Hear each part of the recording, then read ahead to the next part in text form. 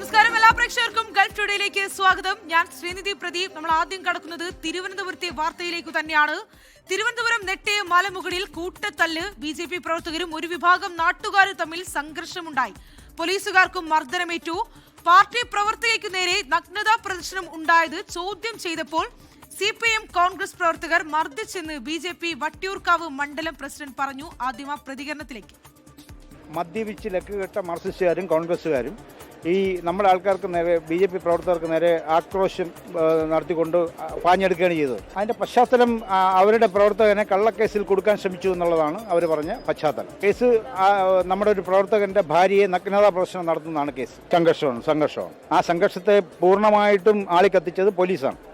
Police Vattiyoorkavu സിയുടെ നേതൃത്വത്തിലുള്ള police ഗുണ്ടകളെ പോലെയാണ് പെരുമാറിയത്. ഞങ്ങൾക്ക് നേരെ മൃഗീയമായിട്ടുള്ള ലാത്തി ചാർജാണ് വട്ടിയൂർക്കാവ് സിയുടെ നേതൃത്വത്തിലുള്ള പോലീസ് സംഘം ചെയ്തത്. നമ്മൾ ഈ ദൃശ്യങ്ങളിൽ കാണുന്നത് വട്ടിയൂർക്കാവ് പോലീസ് സ്റ്റേഷനാണ്. ഈ പോലീസ് സ്റ്റേഷന് മുന്നിൽ BJP പ്രവർത്തകർ ഉപരോധിക്കുകയാണ്, കുത്തിയിരുന്ന് സമരം നടത്തുകയാണ്.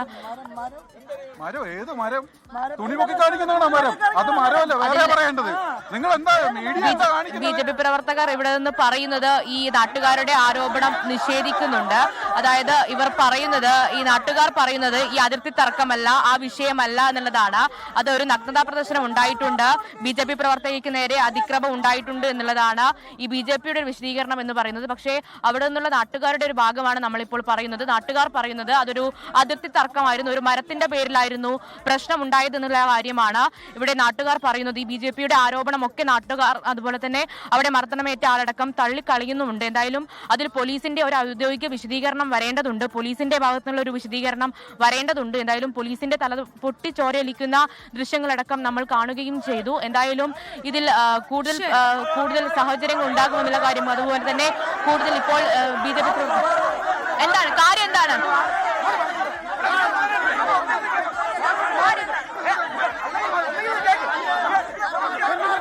പ്രശ്നം, എന്താണ് പ്രശ്നം, എന്താണ്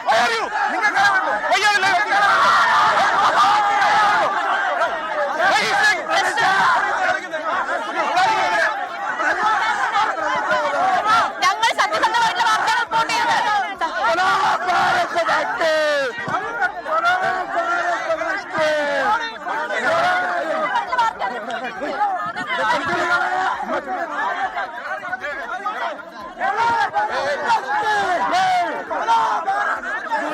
BJP പ്രവർത്തകരുടെ പ്രതിഷേധമായിരുന്നു. അതിനിടയ്ക്കാണ് മേഘ്ന മുരളിയുടെ ദൃശ്യങ്ങളാണ് നമ്മൾ കാണുന്നത്. മേഘ്നയ്ക്കെതിരെ വലിയ രീതിയിലുള്ള പ്രതിഷേധം, മേഘ്നയെ ആക്രമിക്കുന്ന തരത്തിലുള്ള കാര്യങ്ങളാണ് നമ്മൾ ദൃശ്യങ്ങളിൽ കാണുന്നത്. മേഘ്നയ്ക്ക് ഒരു തരത്തിൽ പോലും വാർത്തകൾ റിപ്പോർട്ട് ചെയ്യാൻ പറ്റാത്ത സാഹചര്യത്തിലാണ് അവിടെ BJP പ്രവർത്തകർ ഒരു സംഘർഷം സൃഷ്ടിച്ചിരിക്കുന്നത്.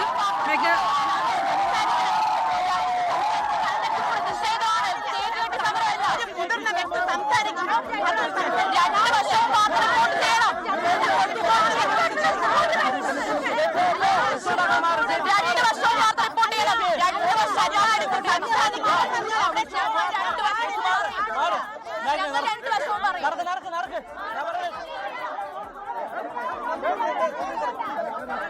മാധ്യമപ്രവർത്തകർക്കെതിരെ വലിയ രീതിയിലുള്ള ആക്രോശമാണ് ഇപ്പോൾ അവിടെ BJP പ്രവർത്തകർ നടത്തുന്നത്. മേഘ്നയെ വാർത്ത പോലും റിപ്പോർട്ട് ചെയ്യാൻ പറ്റാത്ത രീതിയിൽ മേഘ്നയോട് സംസാരിക്കുന്ന രീതിയിലുള്ള ദൃശ്യങ്ങളാണ് നമ്മൾ കാണുന്നത്. ആ സ്ഥലത്തെ ദൃശ്യങ്ങൾ കാണുമ്പോൾ തന്നെ മനസ്സിലാക്കാം, മേഘ്നയ്ക്ക് നേരെയും മറ്റു മാധ്യമപ്രവർത്തകർക്കെതിരെയും വലിയ രീതിയിലുള്ള ആക്രോശം ഉണ്ടാകുന്നു.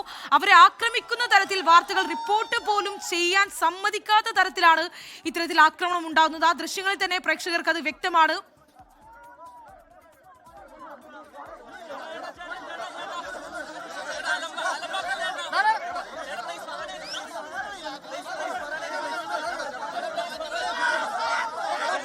ഇപ്പോൾ വലിയ രീതിയിലൊരു സംഘർഷം തന്നെ സൃഷ്ടിച്ചിരിക്കുകയാണ് BJP പ്രവർത്തകർ. ഒരു പ്രാദേശിക തലത്തിലെ ഒരു കുടുംബങ്ങൾ തമ്മിലുള്ള പ്രശ്നം വലിയ രീതിയിലുള്ള ഒരു തർക്കമാകുന്നു. അതൊരു രാഷ്ട്രീയവൽക്കരിക്കുന്നു എന്ന് തന്നെയാണ് ആ നാട്ടുകാർ പറയുന്നത്. അത് തന്നെയാണ് മേഘ്ന പറയുന്നത്. രണ്ടു ഭാഗത്തെ കാര്യങ്ങളും പറയണമെന്നത് നേരത്തെ മേഘ്ന തന്നെയാണ് BJP പ്രവർത്തകരുടെ പ്രതികരണവും നമ്മൾ റിപ്പോർട്ട് ചെയ്തതാണ്. അതേപോലെ തന്നെ ആ നാട്ടുകാരുടെ പ്രതികരണം എന്താണ്, രണ്ടു ഭാഗത്തെ ആളുകളുടെ പ്രതികരണം നമുക്ക് അനിവാര്യമാണ്. അപ്പോൾ അത്തരത്തിൽ പ്രതികരിക്കുമ്പോൾ, അത്തരത്തിൽ റിപ്പോർട്ട് ചെയ്യുമ്പോൾ എന്തിനാണ് ഇത്തരത്തിലൊരു സംഘർഷം സൃഷ്ടിക്കുന്നത്? മേഘ്ന ഒരിക്കൽ കൂടി ചേർന്നുണ്ട് എന്ന് മനസ്സിലാക്കുന്നു. മേഘ്ന, ദൃശ്യങ്ങളിൽ തന്നെ വ്യക്തമാണ്, ഒരു തരത്തിലും മേഘ്നയെ വാർത്തകൾ റിപ്പോർട്ട് ചെയ്യാൻ അനുവദിക്കാത്ത തരത്തിലാണ് അവർ ആക്രമിക്കുന്നത്, ആക്രോശിക്കുന്നത്.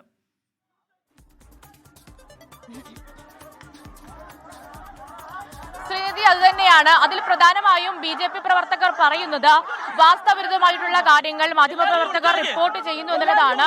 പക്ഷെ അത് അങ്ങനെയല്ല എന്നുള്ള കാര്യം. അത് മാധ്യമപ്രവർത്തകർക്ക് നേരെ അതിക്രമം ഉണ്ടാകുന്ന ഒരു സാഹചര്യമാണ് നിലവിലിവിടെയുള്ളത്. അതിൽ ഇവരുടെ ഒരു ഭാഗം എന്ന് പറയുന്നത് കൃത്യമായും BJP പ്രവർത്തകരുടെ ഭാഗം ഞങ്ങൾ പറഞ്ഞിട്ടുണ്ട്. അതിൽ BJP പ്രവർത്തകരുടെ ഭാഗം എന്ന് പറയുന്നത് BJP പ്രവർത്തകയ്ക്ക് നേരെ നഗ്നതാ പ്രദർശനം നടത്തി എന്നുള്ളതാണ്. പക്ഷേ നാട്ടുകാരുടെ പ്രതികരണവും അതുപോലെ തന്നെ ഈ മർദ്ദനമേറ്റ ആളുടെ പ്രതികരണവും നമ്മൾ പോയി തത്സമയം എടുത്തതാണ്. അതിൽ നാട്ടുകാർ പറയുന്നത് ഈ കള്ള പരാതിയാണ്, അതുപോലെ തന്നെ ഒരു അതിർത്തി തർക്കമാണ് ഉണ്ടായത് എന്നുള്ളതാണ്. ഈ കാര്യം മാത്രമാണ് 24-ഉം 24-ന്റെ വാർത്താ സംഘവും റിപ്പോർട്ട് ചെയ്തിട്ടുള്ളത്. അതുമായി ബന്ധപ്പെട്ടാണ് ഇപ്പോൾ ഇവിടെ പ്രശ്നം ഉണ്ടാവുകയും മാധ്യമപ്രവർത്തകർക്ക് നേരെ അടക്കം വനിതാ പ്രവർത്തകരും അതുപോലെ തന്നെ BJP പ്രവർത്തകരും ചേർന്ന് അതിക്രമം കാട്ടുന്ന ഒരു സാഹചര്യവും ഉണ്ടായിട്ടുള്ളത്. നമ്മൾ തത്സമയം ദൃശ്യങ്ങളടക്കം കണ്ടു. അവർ പറയുന്നത് അവരുടെ ഭാഗം മാത്രം പറയണമെന്നുള്ളതാണ്. പക്ഷേ അതല്ല മാധ്യമധർമ്മം എന്നുള്ള കൃത്യമായിട്ടുള്ള ഉറപ്പുണ്ട്, അതുപോലെ തന്നെ വിശ്വാസമുണ്ട്. അതിന്റെ പുറത്താണ് രണ്ടു ഭാഗവും അതൊരു പ്രാദേശിക വിഷയം എന്നുള്ളതാണ് വട്ടിയൂർക്കാവ് പോലീസ് പറയുന്നത്. അതുപോലെ തന്നെ ഒരു അതിർത്തി തർക്കം, അതുപോലെ തന്നെ മരവുമായി ബന്ധപ്പെട്ട തർക്കമാണ് ഈ പ്രശ്നത്തിലേക്ക് പോയത് എന്നുള്ളതാണ് വട്ടിയൂർക്കാവ് പോലീസിന്റെ ഭാഗം. അതാണ് 24-ഉം 24-ന്റെ വാർത്താ സംഘവും റിപ്പോർട്ട് ചെയ്തിട്ടുള്ളത് എന്നുള്ളതാണ്. പക്ഷേ ഇവിടുത്തെ BJP പ്രവർത്തകർ അവർ വട്ടിയൂർക്കാവ് പോലീസ് സ്റ്റേഷന് മുന്നിലാണ് ഈ ഒരു പ്രതിഷേധവുമായും അതുപോലെ തന്നെ മാർച്ചുമായും എത്തിയത്. അവിടെ നിന്നാണ് ഒരു സംഘർഷ സാഹചര്യത്തിലേക്ക് എത്തിയത്. അവർ പറയുന്നത് അവരുടെ ഭാഗം മാത്രം ഈ ഒരു വാർത്ത നൽകണമെന്നുള്ളതാണ്. പക്ഷെ അത് 24-ന് പറ്റില്ല, അതുപോലെ തന്നെ ഞങ്ങൾക്കും പറ്റില്ല എന്നുള്ള കാര്യം അവരോട് അറിയിക്കുകയും ചെയ്തിട്ടുണ്ട്. ഇതൊരു പ്രാദേശിക വിഷയമായി തന്നെയാണ് ഇപ്പോഴും നമുക്ക് അറിയാൻ പറ്റുന്നത്. അത് രാഷ്ട്രീയ പ്രശ്നമല്ല. അതുപോലെ തന്നെ BJP പ്രവർത്തകരും അതുപോലെ തന്നെ ഒരു നാട്ടുകാരനും തമ്മിലുണ്ടായ സംഘർഷം പുറത്തുനിന്ന് അടക്കം എത്തിയിട്ടുള്ള BJP പ്രവർത്തകർ ചേർന്ന് അത് വഷളാവുകയും അതുപോലെ തന്നെ പോലീസിനെ അടക്കം ആക്രമിക്കുന്ന സാഹചര്യവും എത്തിയിട്ടുണ്ട് എന്നുള്ളതാണ് ഈ പ്രദേശത്ത് നിന്ന് ഈ മണിക്കൂറുകളായി വാർത്ത റിപ്പോർട്ട് ചെയ്യുന്നതിന്റെ പശ്ചാത്തലത്തിൽ നമുക്ക് മനസ്സിലാകുന്നത്. എന്തായാലും മാധ്യമപ്രവർത്തകർക്ക് നേരെ അടക്കം ആക്രമിക്കാൻ വരുന്ന സാഹചര്യം, അതിന്റെ കാര്യം എന്ന് പറയുന്നത് അവരുടെ ഭാഗം മാത്രം വാർത്ത നൽകണം, അതുപോലെ തന്നെ അവർ പറയുന്നത് മാത്രം വാർത്ത നൽകണം എന്നുള്ളതാണ്. അത് 24-ന് കഴിയില്ല എന്നുള്ള കാര്യം കൂടി ഇവരെ അറിയിച്ചിട്ടുണ്ട്. അത് വലിയ പരിതാപകരമായിട്ടുള്ള ഒരു സാഹചര്യത്തിലേക്കാണ് വട്ടിയൂർക്കാവ് പോലീസ് സ്റ്റേഷന് മുന്നിൽ മാറിയിട്ടുള്ളത് എന്നാണ്. എന്തായാലും ഈ ഒരു സംഘർഷം അതൊരു പ്രാദേശിക വിഷയം, അത് ഒരു മരത്തിന്റെ പേരിൽ അതുപോലെ തന്നെ ഒരു അതിർത്തി തർക്കമാണ് എന്നുള്ളതാണ് ഒരു ഭാഗം പറയുന്നത്. എന്നാൽ BJP പ്രവർത്തകർ പറയുന്നത് ഒരു നഗ്നതാ പ്രദർശനം ഉണ്ടായി, പ്രവർത്തകയ്ക്ക് നേരെ അതിക്രമം ഉണ്ടായി, അത് പ്രതികരിക്കാനാണ് BJP പ്രവർത്തകർ ഈ സ്ഥലത്ത് എത്തിയത് എന്നുള്ളതാണ്. എന്തായാലും ഇപ്പോൾ കൂടുതൽ പോലീസ് ഇവിടേക്ക് ക്യാമ്പ് ചെയ്യുന്നുണ്ട്. കൂടാതെ കൂടുതൽ പോലീസും അതുപോലെ തന്നെ ഈ BJP പ്രവർത്തകരെ അനുനയിപ്പിക്കാനായി കൂടുതൽ പോലീസ് ഈ സ്ഥലത്തേക്ക് എത്തിയിട്ടുണ്ട് എന്നുള്ളതാണ്. എന്തായാലും ഈ മാധ്യമ പ്രവർത്തനം അതുപോലെ തന്നെ നമ്മൾ വാർത്ത റിപ്പോർട്ട് ചെയ്യുന്ന അടക്കം തടഞ്ഞുകൊണ്ടാണ് ഇപ്പോൾ BJP പ്രവർത്തകരുടെ ഒരു പെരുമാറ്റവും ഒരു ശൈലിയും ഇവിടെ നിന്ന് ഉണ്ടായിട്ടുള്ളത്. പറഞ്ഞതുപോലെ തന്നെ അവർ മനഃപൂർവ്വം ഇത്തരത്തിലൊരു BJP പ്രവർത്തകർ മനഃപൂർവ്വം ഇത്തരത്തിലൊരു സംഘർഷം ഉണ്ടാക്കുന്നു, ഒരു കുടുംബങ്ങൾ തമ്മിലുള്ള പ്രശ്നത്തെ വലിയ രീതിയിൽ അവർ രാഷ്ട്രീയവൽക്കരിക്കുന്നു. ഇപ്പോൾ ഇതാ പോലീസ് സ്റ്റേഷന് മുന്നിൽ തന്നെ പ്രതിഷേധിക്കുന്നു. ആ പ്രതിഷേധത്തിനിടയിൽ തന്നെ വാർത്തകൾ നൽകുന്ന മാധ്യമ പ്രവർത്തകരെ വലിയ രീതിയിൽ ആക്രമിക്കുന്ന ദൃശ്യങ്ങളാണ് നമ്മൾ കണ്ടത്. പോലീസിന്റേതായ നടപടി സ്വീകരിച്ചിട്ടുണ്ട്. ഇപ്പോൾ സംഭവിക്കുന്നത് പോലീസ് സ്റ്റേഷനിലേക്ക് ഈ ഗുണ്ടാസംഘം മുഴുവൻ എത്തി വലിയ സംഘർഷം അവിടെ ഉണ്ടാക്കുന്നു. RSSന്റെ BJPയുടെ നേതൃത്വത്തിൽ അവിടെ സംഘർഷം റിപ്പോർട്ട് ചെയ്യാനെത്തുന്ന മാധ്യമപ്രവർത്തകർക്ക് നിർഭയമായി അവിടെ റിപ്പോർട്ട് ചെയ്യാൻ പറ്റാത്ത അവസ്ഥയുണ്ടാകുന്നു. ഇത് കുറച്ചു ദിവസമായി ഈ നഗരസഭ കയ്യിൽ വന്നതിന് ശേഷം നഗരത്തിന്റെ വിവിധ സ്ഥലങ്ങളിൽ BJP നടത്തുന്ന ആസൂത്രിതമായ ആക്രമണങ്ങളാണ്. ജനജീവിതം ദുസ്സഹമാക്കുന്ന വിധം ജനങ്ങൾക്ക് നേരെ അധികാരത്തിന്റെ ഗർവിൽ BJP അക്രമം അഴിച്ചുവിട്ടിരിക്കുകയാണ്. നഗരസഭാ ഭരണം കിട്ടിയതിന്റെ അനന്തരഫലമായിട്ടാണ് ഈ സംഭവത്തെ യഥാർത്ഥത്തിൽ കാണേണ്ടത്. വലിയ തോതിൽ ജനജീവിതം ദുസ്സഹമാക്കുന്ന വിധം സംഘർഷങ്ങൾ ഉണ്ടാക്കുക, സമൂഹത്തിൽ സ്പർദ്ധയുണ്ടാക്കുക, പോലീസിന് നേരെ ആക്രമണങ്ങൾ നടത്തുക, മാധ്യമപ്രവർത്തകരെ ആക്രമിക്കുക. ഒരു കാര്യം BJPയോട് വളരെ കൃത്യമായി പറയുന്നു, ജനാധിപത്യ വിരുദ്ധമായ ഇത്തരം അക്രമങ്ങൾ CPIM നോക്കി നിൽക്കില്ല. CPIM ജനങ്ങളെയാകെ അണിനിരത്തി, ഇവിടത്തെ എല്ലാ വിഭാഗം ജനങ്ങളെയും അണിനിരത്തി ഒറ്റക്കെട്ടായി ഒരു മനസ്സോടെ തിരുവനന്തപുരം ഈ BJPയുടെ ഈ സംഘർഷ നീക്കങ്ങളെ ചെറുക്കും. അതാണ് പറയാനുള്ളത്. നന്ദി ഈ നിമിഷത്തിൽ പ്രതികരിച്ചതിന്. നമ്മോടൊപ്പം റഹീം MP ആയിരുന്നു ഇപ്പോൾ പ്രതികരിച്ചത്. അദ്ദേഹവും പറയുന്ന കാര്യം ഇത് തന്നെയാണ്. മനഃപൂർവ്വം ഇത്തരത്തിലൊരു സംഘർഷം ഉണ്ടാക്കുന്ന സാഹചര്യത്തിലേക്കാണ് BJP കടക്കുന്നത്. അതോടൊപ്പം തന്നെ അദ്ദേഹം പറഞ്ഞു വയ്ക്കുന്ന മറ്റൊരു പ്രധാനപ്പെട്ട കാര്യം എന്ന് പറയുന്നത് ഇത്തരത്തിൽ നഗരസഭ കയ്യിൽ കിട്ടുമ്പോൾ, ഭരണം കിട്ടുമ്പോൾ, അധികാരം കയ്യിൽ കിട്ടുമ്പോൾ ഏത് സാഹചര്യത്തിലും ജനജീവിതത്തെ ദുസ്സഹമാക്കുക എന്ന കാര്യം കൂടിയാണ് അദ്ദേഹം പറഞ്ഞു വയ്ക്കുന്നത്. ഒരിക്കൽ കൂടി മേഘ്ന മുരളി ചേരുന്നു എന്ന് മനസ്സിലാക്കുന്നു. മേഘ്ന, ഇപ്പോഴും അവിടെ സംഘർഷ സാഹചര്യമാണോ? ഇതുമായി ബന്ധപ്പെട്ട് പോലീസിന്റെ ഭാഗത്തു നിന്ന് ഏതെങ്കിലും തരത്തിലുള്ള പ്രതികരണം ലഭ്യമാണോ?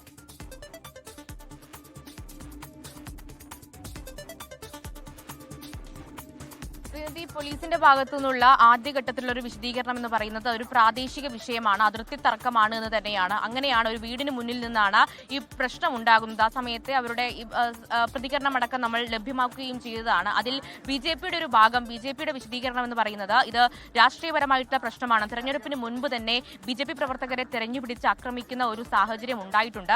അതിന്റെ തുടർച്ചയാണ് തെരഞ്ഞെടുപ്പിന് ശേഷവും ഉണ്ടായിട്ടുള്ളത് എന്നുള്ളതാണ് ബിജെപിയുടെ പ്രതികരണമായി വരുന്നത്. അതുപോലെ തന്നെ വട്ടിയൂർക്കാവ് പോലീസ് തിരഞ്ഞുപിടിച്ച് ബിജെപി പ്രവർത്തകരെ ആക്രമിക്കുന്നു എന്നുള്ള കാര്യങ്ങളടക്കം ആരോപിച്ചുകൊണ്ടാണ് വട്ടിയൂർക്കാവ് പോലീസ് സ്റ്റേഷനിലേക്ക് ഒരു മാർച്ച് അടക്കം ബിജെപി പ്രവർത്തകർ സംഘടിപ്പിക്കുകയും ചെയ്തിട്ടുള്ളത്. അതിൽ രണ്ട് വശമാണ് ഞങ്ങൾ നേരത്തെയും റിപ്പോർട്ട് ചെയ്തുകൊണ്ടിരിക്കുന്നത്. രണ്ട് വശം എന്ന് പറയുകയും ചെയ്യുന്നത് അതിൽ മർദ്ദനമേറ്റ ആളുടെ അടക്കം പ്രതികരണങ്ങൾ കേട്ടു. അതിൽ പറയുന്നത് ഇതൊരു രാഷ്ട്രീയ സംഘർഷമല്ല, അതുപോലെ തന്നെ അതിർത്തിയുമായി ബന്ധപ്പെട്ട് ഒരു മരത്തിന്റെ പേരിലൊക്കെ തുടങ്ങിയ പ്രശ്നമാണ് ഈ ഒരു സംഘർഷത്തിലേക്ക് കലാശിച്ചത്. അങ്ങനെ ബിജെപി പ്രവർത്തകരും ഒരു കൂട്ടം നാട്ടുകാരും ചേർന്ന് ഒരു പ്രശ്നം ഉണ്ടാവുകയായിരുന്നു. പിന്നീട് അത് ഈ സംഘർഷ സാഹചര്യത്തിൽ കേട്ടറിഞ്ഞെത്തിയ പോലീസ് അടക്കം അതിൽ ഇടപെടുകയും പിന്നീട് പോലീസിന് മർദ്ദനമേൽക്കേണ്ട ഒരു സാഹചര്യം, പോലീസിന്റെ തലപൊട്ടി ചോരയൊലിക്കുന്ന സാഹചര്യം അടക്കം ഉണ്ട് എന്നുള്ളതാണ്. അതിൽ പോലീസിന്റെ, വട്ടിയൂർക്കാവ് പോലീസിന്റെ അടക്കം ഒരു ഔദ്യോഗിക വിശദീകരണം നമുക്ക് ലഭിക്കേണ്ടതുണ്ട്. പക്ഷേ നിലവിൽ അറിയുന്നത് ഒരു പ്രാദേശിക വിഷയം എന്ന് തന്നെയാണ്. പക്ഷേ ബിജെപി ആ ആരോപണം നിഷേധിക്കുന്നുണ്ട്. ബിജെപിയുടെ ഭാഗം എന്ന് പറയുന്നത് ഒരു കൃത്യമായിട്ടും രാഷ്ട്രീയമാണ്. അതിൽ CPM കോൺഗ്രസ് പ്രവർത്തകർ സംഘടിച്ചെത്തി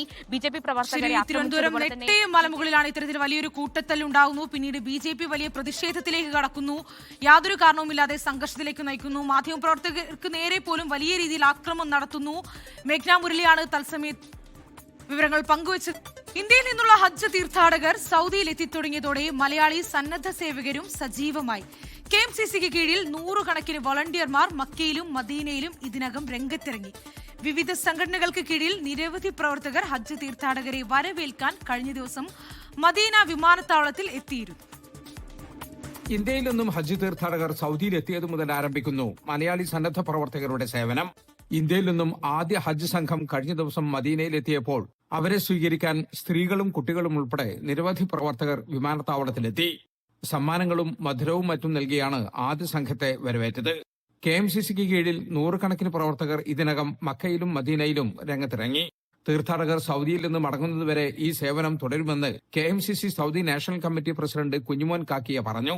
ഇനി അവസാനത്തെ ഹാജിയും ഈ പുണ്യഭൂമിയിൽ നിന്ന് യാത്ര തിരിക്കുന്നതുവരെ KMCC അടക്കമുള്ള വിവിധ മലയാളി സംഘടനകളുടെ സേവനം ഹാജിമാർക്ക് ലഭ്യമാകുന്നതാണ്. വിശുദ്ധ മക്കയിലും അതുപോലെ തന്നെ മദീനയിലും പുണ്യസ്ഥലങ്ങളിലൊക്കെ വളണ്ടിയർമാരുടെ, മലയാളി സന്നദ്ധ സംഘടനകളുടെ വളണ്ടിയർമാരുടെ സേവനം ഹാജിമാർക്ക് എല്ലാ അർത്ഥത്തിലും 24 മണിക്കൂറും സേവനത്തിന് തയ്യാറായ വിവിധ വിങ്ങുകളിലായിട്ടാണ് വളണ്ടിയർ പ്രവർത്തനം നടത്തുന്നത്. അവശരായ തീർത്ഥാടകർക്ക് കർമ്മങ്ങൾ നിർവഹിക്കാനും രോഗികൾക്ക് ചികിത്സ ഉറപ്പുവരുത്താനുമെല്ലാം KMCCയുടെ സന്നദ്ധ സേവകർ ഉണ്ടാകുമെന്ന് നേതാക്കൾ പറഞ്ഞു.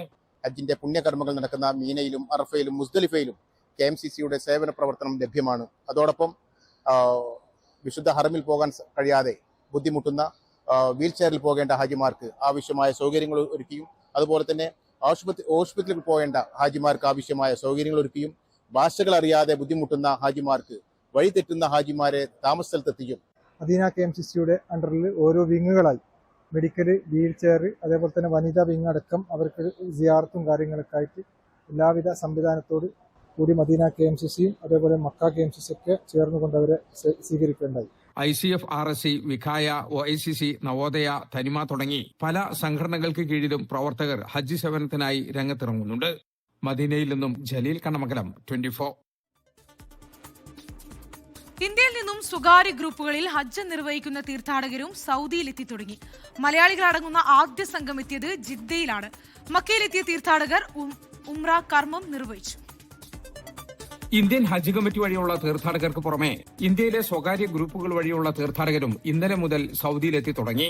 അൽഹിന്ദ് വഴിയുള്ള ആദ്യ സംഘം എയർ ഇന്ത്യ എക്സ്പ്രസ്, ഇൻഡിഗോ വിമാനങ്ങളിലായി ജിദ്ദയിലാണ് എത്തിയത്. 100 കണക്കിന് തീർത്ഥാടകരടങ്ങുന്ന സംഘം ജിദ്ദയിൽ നിന്നും നേരെ മക്കയിലേക്ക് പോയി. വിശുദ്ധ ഹറം പള്ളിയിൽ പോയി ഉംറ നിർവഹിച്ചു. ഹജ്ജ് സീസൺ തുടക്കത്തിലായതുകൊണ്ട് തന്നെ തിരക്കില്ലാതെ അനായാസം ഇവർക്ക് കർമ്മങ്ങൾ നിർവഹിക്കാൻ സാധിച്ചു. കഴിഞ്ഞ പ്രാവശ്യം നമുക്ക് പോരാൻ സാധിച്ചില്ല. അൽഹംദുലില്ലാ, അള്ളാഹിന്റെ അനുഗ്രഹത്തെ ഇക്കൊല്ലം ഹജ്ജിന് പോകാൻ സാധിച്ചു. ഒക്കെ റാഹത്തായി സന്തോഷത്തോടെ നമ്മളിവിടെ എത്തി. ഉംറയൊക്കെ കഴിഞ്ഞു. ഇനിയിപ്പോൾ അങ്ങനെ അടുത്ത ഉംറ നാളെ ചെയ്യണമെന്ന് വിചാരിക്കേണ്ടത് എല്ലാം റാഹത്തായിക്കണ്. അൽഹംദുലില്ലാ, റബ്ബിൽ ആദ്യമായി സ്തുതിക്കുന്നു. ഇതുപോലെ ഹജ്ജിനും ഉംറയ്ക്കും എല്ലാവർക്കും സാധിപ്പിക്കട്ടെ. മക്കയിൽ ഹറം പള്ളിക്ക് സമീപത്താണ് തീർത്ഥാടകർക്ക് ഇപ്പോൾ താമസ സൗകര്യം ഒരുക്കിയിരിക്കുന്നത്. മക്കയിലെത്തിയ തീർത്ഥാടകർക്ക് ഹജ്ജ് സർവീസ് ഏജൻസിയും സന്നദ്ധ പ്രവർത്തകരും ഹൃദ്യമായ സ്വീകരണമാണ് നൽകിയത്. ഇന്ത്യയിൽ നിന്ന് 1.25 ലക്ഷത്തോളം തീർത്ഥാടകരാണ് ഇത്തവണ ഹജ്ജ് നിർവഹിക്കുന്നത്. ഇതിൽ 52,507 തീർത്ഥാടകർ സ്വകാര്യ ഗ്രൂപ്പുകൾ വഴി ഹജ്ജ് നിർവഹിക്കും. ജലീൽ കണമംഗലം, 24 ജിദ്ദ. ഇന്ത്യയിൽ നിന്നുള്ള ഹജ്ജ് തീർത്ഥാടകർക്ക് ഇത്തവണ പുതിയ പല സർവീസുകളും ലഭിക്കുമെന്ന് Indian council general Fahad Ahmed Khan Suri. മിനായിലെ തമ്പുകളിൽ വിപുലമായ സൗകര്യങ്ങൾ ഇത്തവണ ഒരുക്കിയിട്ടുണ്ട്. സ്ത്രീകൾക്കും പുരുഷന്മാർക്കും പ്രത്യേക റൂമുകൾ ഉറപ്പുവരുത്തിയിട്ടുണ്ടെന്നും കൗൺസിൽ ജനറൽ പറഞ്ഞു. ഇത്തവണ ഹജ്ജിനെത്തുന്ന ഇന്ത്യയിൽ നിന്നുള്ള തീർത്ഥാടകർക്കായി വിപുലമായ സൗകര്യങ്ങളാണ് മക്കയിലും മദീനയിലും ഒരുക്കിയിരിക്കുന്നത്. മുൻ വർഷങ്ങളിൽ നിന്ന് വ്യത്യസ്തമായി ചില പ്രത്യേക സേവനങ്ങൾ കൂടി ഇന്ത്യൻ ഹജ്ജ് മിഷൻ ഇത്തവണ നൽകുന്നുണ്ട്. തീർത്ഥാടകർക്ക് നൽകുന്ന സ്മാർട്ട് വാച്ചാണ് അതിലൊന്ന്. തിരക്കിൽ കൂട്ടം തെറ്റിപ്പോകുന്ന ഹാജിമാരെ ലൊക്കേഷൻ ട്രാക്കിംഗ് സംവിധാനത്തിലൂടെ കണ്ടെത്താൻ ഈ വാച്ച് സഹായിക്കും. അടിയന്തര സാഹചര്യമുണ്ടായാൽ സഹായത്തിനായി കൺട്രോൾ റൂമിനെ ബന്ധപ്പെടാനും തീർത്ഥാടകരുടെ ആരോഗ്യ വിവരങ്ങൾ നിരീക്ഷിക്കാനുമുള്ള സൗകര്യങ്ങൾ ഇതിലുണ്ട്. മീനായിലെ തമ്പുകളിൽ ഇത്തവണ തീർത്ഥാടകർക്ക് സോഫ, ബെഡ് ഉൾപ്പെടെ കൂടുതൽ സൗകര്യങ്ങൾ ഒരുക്കിയിട്ടുണ്ടെന്ന് Indian consul general Fahad Ahmed Khan Suri പറഞ്ഞു. So in the Mashar region, what we will see is there will be improved air conditioning facility. There will be a fixed structure as well, replacing the tent trampoline structure. In addition to that, you will have more shaded areas. You will have space for luggage racks. You will have shoe racks. You will have sofa beds. And a whole lot of other features that will enhance pilgrimage experience. താമസ സ്ഥലങ്ങളിൽ സ്ത്രീകൾക്കും പുരുഷന്മാർക്കും വെവ്വേറെ റൂമുകൾ ഇത്തവണ ഉറപ്പുവരുത്തിയിട്ടുണ്ടെന്നും consul general പറഞ്ഞു. We going by the local laws, we are also implementing male and female segregation accommodation. There would be complete segregation of male and female, but the families, the covers will all reside in the same building. സൗദിയിൽ ഇറങ്ങുന്ന തീർത്ഥാടകർ വിമാനത്താവളത്തിൽ നിന്ന് luggage എടുക്കുകയോ luggage identify ചെയ്യുകയോ വേണ്ട. ലഗേജുകൾ നേരിട്ട് താമസ സ്ഥലങ്ങളിലെത്തും. 20-25 ദിവസത്തെ ഹ്രസ്വകാല ഹജ്ജ് പാക്കേജും ഈ വർഷത്തെ പ്രത്യേകതയാണ്. 10,000-ലേറെ തീർത്ഥാടകരാണ് ഈ പാക്കേജ് വഴി ഇത്തവണ ഹജ്ജ് നിർവഹിക്കുന്നത്. കേരളത്തിൽ നിന്നും ഹജ്ജ് കമ്മിറ്റി വഴിയുള്ള ഹജ്ജ് വിമാന സർവീസുകൾ ഏപ്രിൽ 30-ന് ജിദ്ദയിലേക്കാണ് ആരംഭിക്കുന്നത്. മദീന വിമാനത്താവളത്തിൽ നിന്നും ജലീൽ കണ്ണമംഗലം, 24.